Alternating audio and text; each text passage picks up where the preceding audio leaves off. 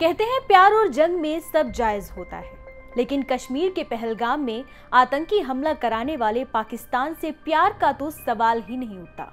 दूसरी तरफ अगर देश की संप्रभुता और अपने नागरिकों की रक्षा के लिए पाकिस्तान से आमने सामने का मुकाबला करना हो तो भारत उससे गुरेज नहीं करेगा।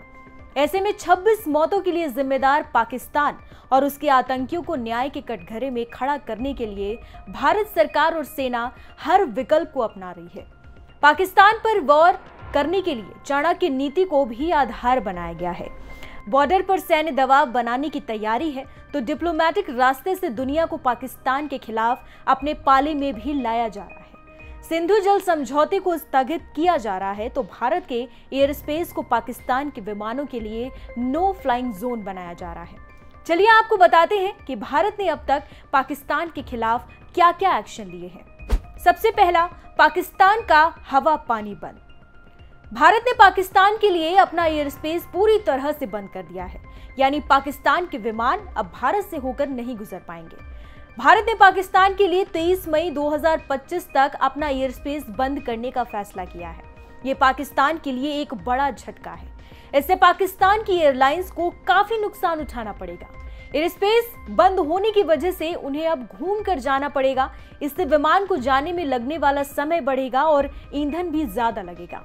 इसकी सीधी मार पैसेंजर्स पर होगी, क्योंकि ऐसे में विमान कंपनियों टिकट के दामों में इजाफा कर देगी। गौरतलब है कि पाकिस्तान ने पहले ही भारत के विमानों के लिए भी अपना एयर स्पेस बंद कर दिया था। अभी भारत के विमान अरब से होकर पश्चिम की ओर जाते हैं। दूसरा, सेना को खुली छूट। मंगलवार को पीएम मोदी ने आतंक के खिलाफ फाइनल प्रहार के लिए तीनों सेनाओं को फ्री हैंड दे दिया है। इससे बॉर्डर पर पाक सेना के लिए दबाव बढ़ गया है। पाकिस्तान ने बुधवार को अपने कब्जे वाले कश्मीर के गिलगित बाल्टिस्तान क्षेत्र के लिए अपनी फ्लाइट्स रद्द कर दी।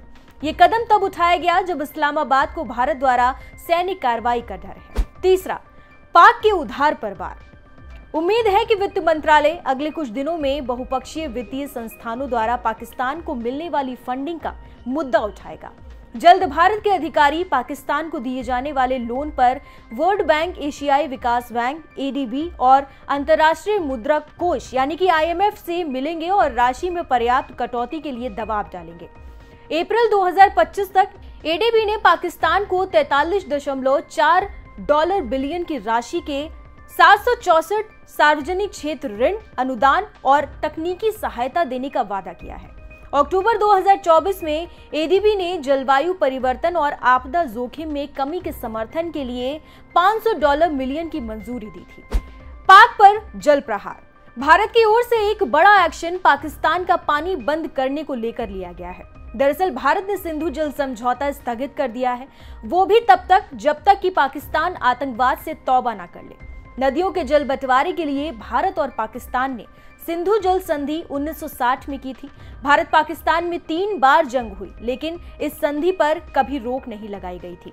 इस बार भारत ने ये कदम उठा लिया। अब बात अटारी बॉर्डर बंद करने की।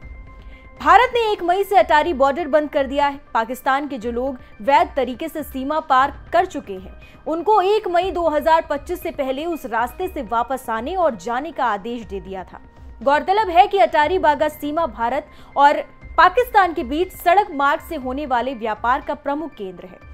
2019 में भारत द्वारा पाकिस्तान को मोस्ट फेवर्ड नेशन यानी कि MFN का दर्जा वापस लेने और व्यापारिक रिश्तों में कटौती के बाद भी कुछ वस्तुओं जैसे ताजे फल, सीमेंट और टमाटर का आयात निर्यात इस सीमा के जरिए होता रहा है, लेकिन अब इन सब पर रोक लग गई है। पाक की घेराबंदी।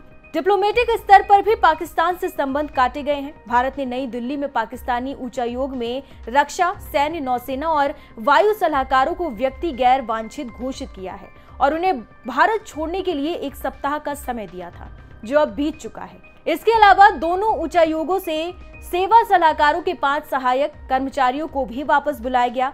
भारत में स्थित पाकिस्तान उच्चायोग के कर्मचारियों की कुल संख्या को वर्तमान 55 से घटाकर 30 करने को कहा गया है। ये 1 मई 2025 तक किया जाना है।